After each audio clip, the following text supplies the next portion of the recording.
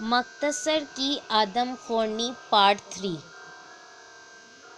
چونکہ شیر کو ہلاک کرنے کی بہت ساری ناکام کوششیں ہو چکی تھیں، اس لیے مجھے شک تھا کہ شیر اندھیرا ہونے سے کب نہیں آئے گا۔ تاہم میرا خیال تھا کہ ستاروں کی مدھم روشنی میں لاش کا نشانہ لوں گا اور پھر رائفل کی نال کو 1 یا 2 فٹ جتنا دائیں پھیر کر گولی چلا دوں گا۔ اب چونکہ بادلوں کی وجہ سے گپ اندھیرا تھا اور آنکھیں بیکار ہو کر رہ گئی تھیں، تو میں نے سوچا کہ کیوں نہ اپنے کانوں کو استعمال کروں۔ اس وقت تک میری سماعت بہترین کام کر رہی تھی۔ رائفل کو اٹھا کر میں نے کونیاں اپنے گھٹنوں پر ٹکائیں اور شیر کے کھانے کی آواز پر میں نے بہت احتیاط سے نشانہ لیا۔ رائفل کو اسی حالت میں رکھ کر میں نے سر موڑ کر دائیں کان سے سنا۔ میرا نشانہ ذرا سا اوپر کی جانب تھا۔ رائفل کو رتی بھر نیچے کر کے میں نے پھر اپنا سر موڑا اور سننے کی کوشش کی۔ جب کئی بار اس طرح سننے کے بعد میں نشانے کی درستگی کے بارے مطمئن ہو گیا تو میں نے رائفل کو ذرا سا دائیں جانب موڑا اور لبلبی دبا دی۔ گولی چلتے ہی شیر نے 2 چھلانگوں میں 20 فٹ اونچا کنارہ عبور کر لیا۔ اس کے بعد وہاں کچھ مستہ زمین تھی جہاں سے پہاڑی اچانک بلند ہونا شروع ہو جاتی تھی۔ اس مستی جگہ تک میں نے شیر کی آوازیں سنی اور اس کے بعد اچانک خاموشی چھا گئی۔ اس خاموشی کا یا تو یہ مطلب تھا کہ شیر اس جگہ تک پہنچتے ہی مر گیا ہے یا پھر اسے گولی لگی ہی نہیں۔ رائفل کو کندھے سے ٹکائے میں 3 یا 4 منٹ تک پوری توجہ سے سننے کی کوشش کرتا رہا، لیکن چونکہ مزید کوئی آواز نہ آئی تو میں نے رائفل کندھے سے ہٹا لی۔ فوراً ہی نالے کے کنارے سے شیر کی گڑاہٹ سنائی دی، یعنی شیر کو گولی نہیں لگی اور اب اس نے مجھے دیکھ بھی لیا تھا۔ میری نشست گاہ زمین سے 10 فٹ بلند تھی اور چونکہ میں گلاب کی جھاڑیوں پر بیٹھا تھا جو میرے وزن سے دب کر جھک گئی تھی، یعنی اب میں زمین سے بمشکل 8 فٹ اونچا تھا اور میرے پاؤں اس سے بھی نیچے تھے۔ تھوڑا سا اوپر اور دائیں جانب وہ شیر بیٹھا گڑا رہا تھا، جس کے بارے مجھے یقین تھا کہ وہ آدم خور ہے۔ قریب موجود شیر جس نے آپ کو نہ دیکھا ہو، دن دہاڑے بھی آپ کے اعصاب میں ہیجان پیدا کر دیتا ہے۔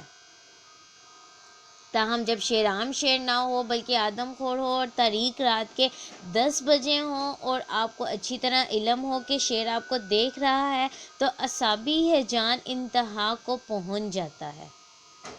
میں ایک بار پھر اس بات پر زور دوں گا کہ شیر اپنی ضرورت سے زیادہ کبھی شکار نہیں کرتا، اور یہ شیر جو مجھ پر گڑا رہا تھا کے سامنے 2 یا 3 دن کی خوراک موجود تھی اور اسے میری ہلاکت سے کوئی غرض نہیں تھا۔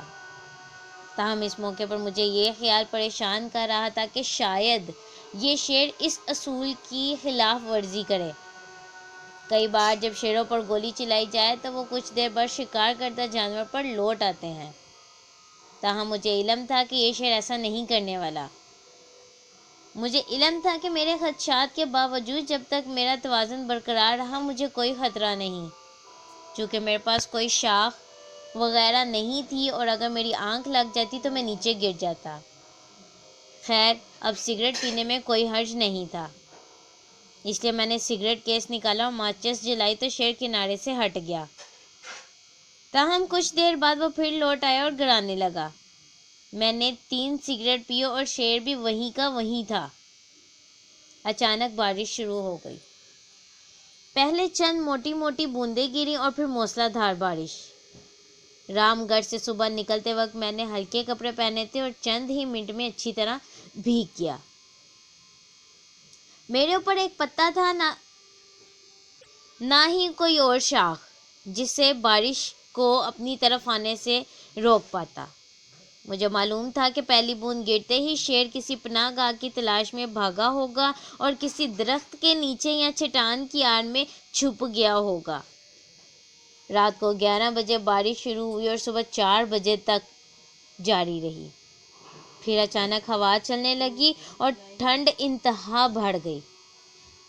کافی عرصے بعد جب مجھ پر یہ گھٹیا کا ہلکا سا حملہ ہوا تو مجھے یہ رات اور اس جیسی کئی راتیں یاد آئیں۔ خدا کا شکر ہے کہ یہ ہلکا سا ہی حملہ تھا۔ بدری میرا اچھا دوست تھا اور سورج نکلتے ہی وہ اپنے ایک آدمی اور گرم چائے کی کیتلی کے ساتھ آن پہنچا۔ رائفل کو نیچے دیکھ کر میں پھسلتے ہوئے اترا۔ دونوں نے مجھے پکڑا کیونکہ ساری رات ایک ہی جگہ بیٹھنے سے میری ٹانگیں اکڑ گئی تھیں۔ جتنی دیر میں زمین پر لیٹ کر چائے پیتا رہا، دونوں ساتھی میری ٹانگوں کی مالش کرتے رہے۔ جب میں کھڑا ہونے کے قابل ہوا تو بدری نے اس بندے کو روانہ کیا کہ وہ جا کر مہمان خانے میں آگ جلائے۔ چونکہ میں نے پہلے کبھی آواز پر گولی نہیں چلائی تھی، اس لیے میں یہ دیکھ کر بہت خوش ہوا کہ میری چلائی ہوئی گولی شیر کے سر سے چند انچ دور لگی تھی۔ بلندی بالکل درست تھی، لیکن میں نے رائفل کو پوری طرح دائیں طرف نہیں گھمایا تھا، جس کے نتیجے میں گولی اس جگہ سے 6 انچ دور بیل کی لاش میں لگی جہاں شیر گوشت کھا رہا تھا۔ چائے اور نصف میل کے پیدل سفر نے ساری تھکان اتار دی۔ جب ہم بدری کے مہمان خانے کی جانب روانہ ہوئے تو بھیگے کپڑے اور خالی پیٹ ہی مجھے تنگ کر رہے تھے۔ یہ راستہ سرخ مٹی سے گزرتا تھا جو بارش کی وجہ سے بہت پھسلن والی ہو گئی تھی۔ اس مٹی پر 3 نشانات تھے: بدری اور اس کے ساتھی کے آنے کے، اور بدری کے اس ساتھی کے واپسی کے نشانات جو آگ جلانے گیا تھا۔ 50 گز تک یہ 3 ہی نشانات تھے اور پھر راستے پر ایک موڑ کے بعد سے اچانک شیرنی کے نشانات دکھائی دینے لگے جو موڑ کے پیچھے دائیں جانب سے چھلانگ لگا کر راستے پر آئی اور اس آدمی کا تعاقب کرنے لگی۔ دونوں کے نشانات سے ظاہر ہو رہا تھا کہ وہ تیزی سے چلتے جا رہے تھے۔ چونکہ وہ بندہ ہم سے 20 منٹ پہلے روانہ ہوا تھا، اس لیے اگر وہ اب تک باغیچے تک نہیں پہنچا تو اب اس کے لیے ہم کچھ بھی نہیں کر سکتے تھے۔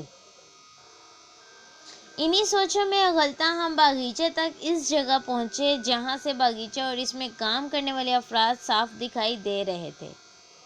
یہاں سے اس بندے کے نشانات سیدھے باغیچے کو، جبکہ شیرنی کے نشانات راستے سے اتر کر دوسری جانب چلی گئی تھی اور اس کے نشانات یہی ظاہر کر رہے تھے۔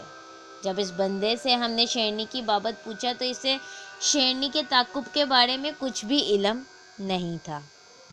بھڑکتی ہوئی آگ کے سامنے بیٹھ کر کپڑے سکھاتے ہوئے میں نے بدری سے اس جنگل کے بارے پوچھا جہاں شیرنی گئی تھی۔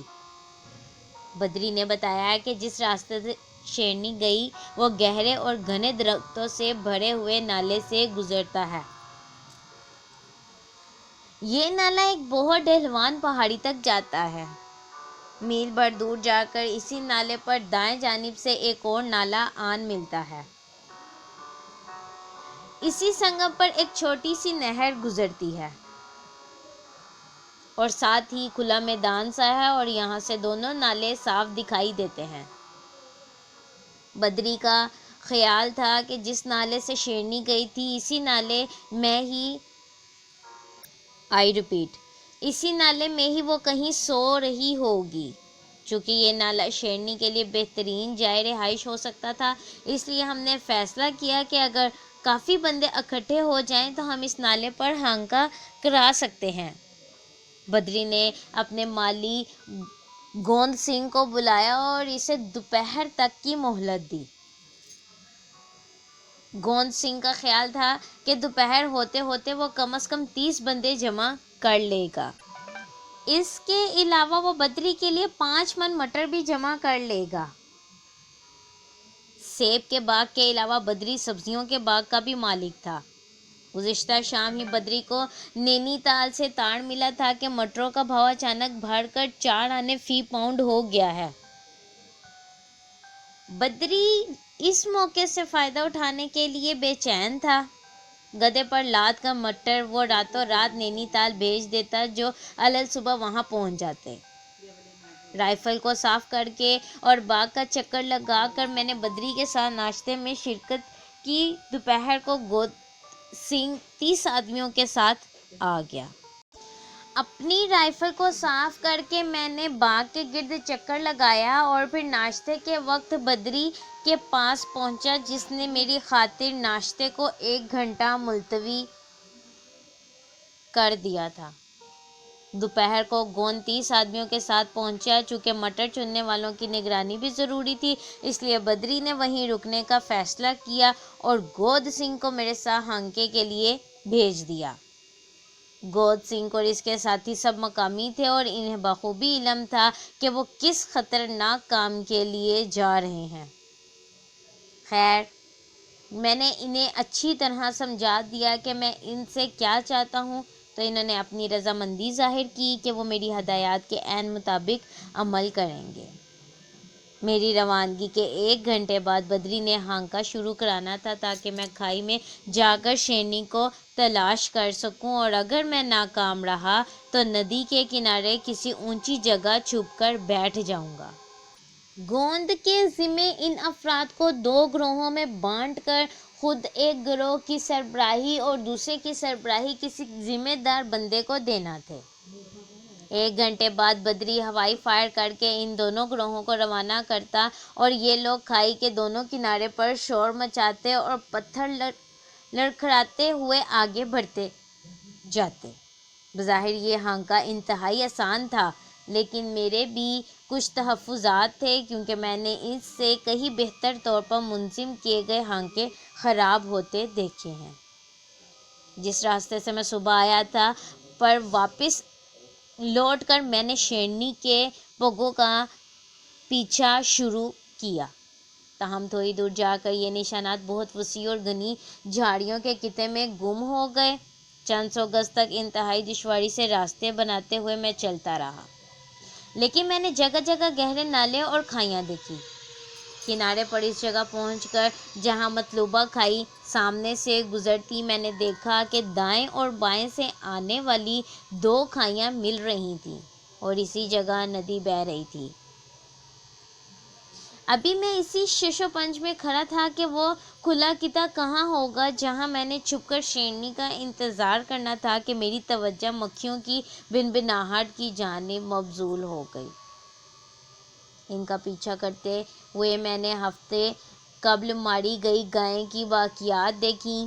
گائے کے گلے پر موجود دانتوں کے نشانات ظاہر کر رہے تھے کہ یہ کام شیر کا ہے۔ شانوں، گردن اور سر کے کچھ حصے کے علاوہ شیر نے پوری گائے کھا لی تھی، بغیر کسی معقول وجہ کے۔ میں نے گائے کی لاش کو کھینچ کر کھائی میں لڑکا دیا، یعنی دھکا دے دیا، جو عمومی ڈھلوان سے سیدھا نیچے جا گری۔ تقریباً 100 گز نیچے جا کر لاش ندی سے ذرا پہلے ایک ابھار پر رک گئی۔ بائیں جانب گھوم کر میں نے ایک کھلا خطہ دیکھا جو اس کھائی سے 300 گز دور تھا۔ اس جگہ زمین میری توقع سے کہیں مختلف تھی۔ یہاں کوئی جگہ ایسی نہیں تھی جہاں کھڑے ہو کر میں ہانکے اور ہانکے کے نتیجے میں نکلنے والی شیرنی کا سامنا کر سکتا۔ تاہم چونکہ بدری کا ہوائی فائر میں سن چکا تھا، اس لیے مجھے علم ہو گیا تھا کہ ہانکا شروع ہو چکا ہے، اب کچھ نہیں ہو سکتا۔ پھر کافی فاصلے سے میں نے ان لوگوں کی آوازیں سنی۔ کچھ دیر تک تو ایسے محسوس ہوا کہ ہانکے والے سیدھے میری جانب آ رہے ہیں، لیکن پھر اچانک ان کی آوازیں مدھم ہوتے ہوتے غائب ہو گئیں۔ گھنٹے بھر بعد پھر سے آوازیں سنائی دینے لگیں۔ اس بار وہ میرے دائیں جانب سے آ رہی تھیں۔ جب وہ میرے سامنے پہنچے تو میں نے چلا کر انہیں ہانکا روکنے اور اپنے پاس آنے کو کہا۔ ہانکے کی ناکامی کسی غلطی کا نتیجہ نہیں تھی۔ اتنے وسیع اور گھنے علاقے میں بغیر کسی تیاری اور معلومات کے چند ناتجربہ کار افراد کے ذریعے جو ہانکا ہوا تھا، اس کے لیے کئی 100 تجربہ کار افراد بھی ناکام رہتے ہیں۔